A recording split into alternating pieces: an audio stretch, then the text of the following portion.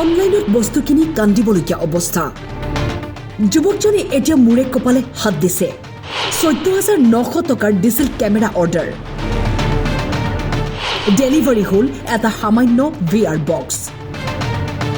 চাওক আৰু সাৱধান হওক সাৱধান এইবাবেই কাৰণ ডেলিভাৰী হোৱা সামগ্ৰীৰ ভিডিঅ' নকৰিলে আপোনাৰ হাতত নাথাকিব কোনো প্ৰমাণ যে আপুনি অৰ্ডাৰ কৰা সেই একেই বস্তু লাভ কৰিছে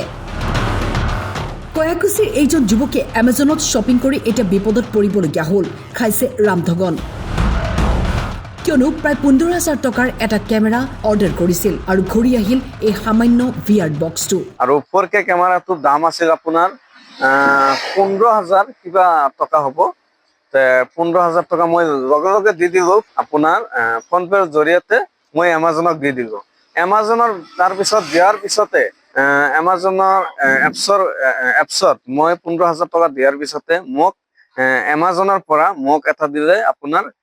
খেলনা এটা ভিডিঅ' কেমেৰা যিটো সৰু বাচ্চাই খেলনা খেলি থাকে সেনেকুৱা এটা সৰু এটা কেমেৰা মোক দিলে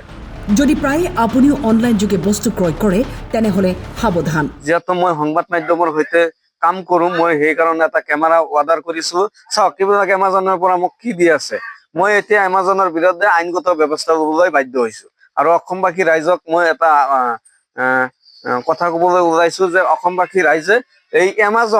এমাজন নামৰ ফাল্টু এপছৰ পৰা অলপমান সাৱধানে থাকিব নহ'লে আগতীয়াকৈ পইচা দি এই এমাজনে ইমান আপোনাক ঠকা দিব পাৰিব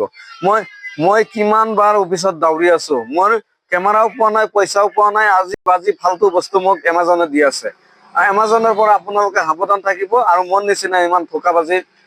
ঠকা নাখাব এই এমাজনৰ পৰা নিউজ ডেস্ক টাইম 8